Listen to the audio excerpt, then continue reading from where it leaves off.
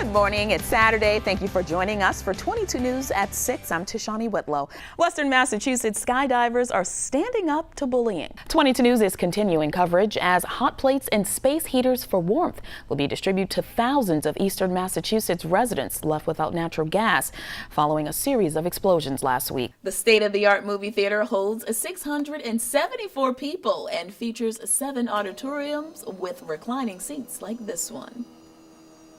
The indescribable roar of this engine is what gets the crowd excited. This aircraft is more than 75 years old, weighs 5,500 pounds, and packs more than 600 horsepower. Kids and adults usually go wild when they see animals up close, especially wild ones. But these 2 elephants are receiving a different reaction. This Facebook comment from Erin reads in part, "This is awful. She is so tired and sick. She's limping when you see her walk." Just one of hundreds of comments expressing their concern and outrage over seeing these animal attractions at the Big E. Such a giant misperception. We don't stuff them in the truck and cart them all over the country and park them in the back corner of the parking lot for when we want them. It's not like that. The Comerfords told 22 News that these animals are highly regulated and monitored, and that prior to becoming an exhibitor, they have to receive a permit from the USDA. Not to mention, they also have to be inspected by a local veterinarian. Comerfords own about 300 animals, including 3 elephants. Once the animals become too old to perform, they retire, according to Comerford. But some animal activists like PETA want to see these wild animals stay in the wild. In this day and age where everything is so virtual, this is the last opportunity really for people to enjoy the real thing. And so it's our responsibility to bring that to as many people as possible. Cassidy told 22 News animals will remain a part of the Eastern States Exposition's fabric forever.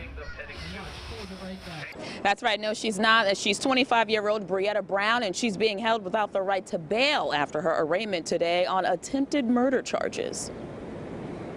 Respond to the town of Hadley in the area of 440 Russell Street. 2 passengers riding a PVTA bus were randomly attacked by another rider. Hadley police said Brietta Brown went at the victims with a knife, both suffering neck wounds. It happened on Route 9 in Hadley, not far from the Amherst Town Line near Friendly's. Going to be looking for a PVTA bus, female party, college age, laceration to her throat from a knife. Brown is accused of using a knife to slash both passengers' throats.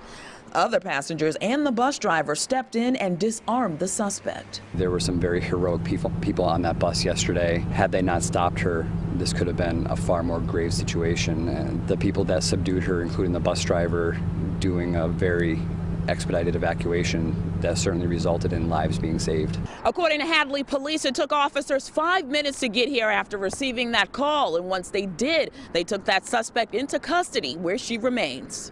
The bus driver suffered minor injuries to his hands and was taken to the hospital after suffering from chest pains. All 3 victims have been released from the hospital. Brown was arraigned in district court in Belchertown, where she faced charges of attempted murder and assault and battery with a dangerous weapon. So a hearing will be held on Wednesday, May 9th to determine if Brown is dangerous. Reporting live from our Hampshire County Bureau in Northampton, Tashanea Whitlow. I don't know a single teacher who doesn't spend hundreds of dollars every summer.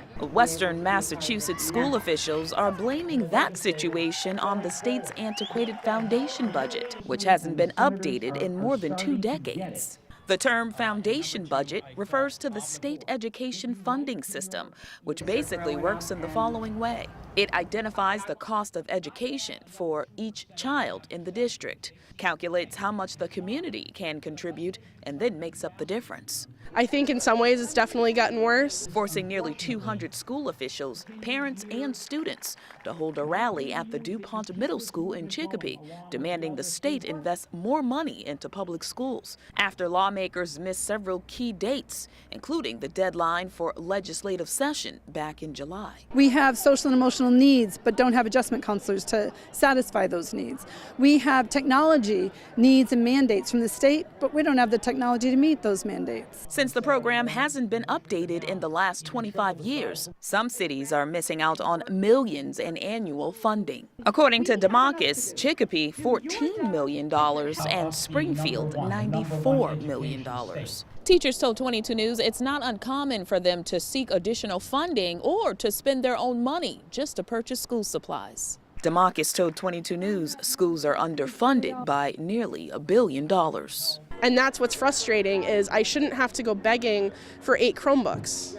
I know we don't have the technology available, so I did because it makes my job easier and it helps my students be participants in the 21st century. In Chicopee, Tashanea, Whitlow, 22 News.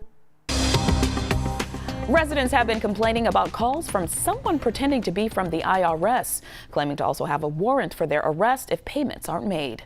Millions of people will be traveling to their Labor Day destinations this weekend, which could mean lots of traffic.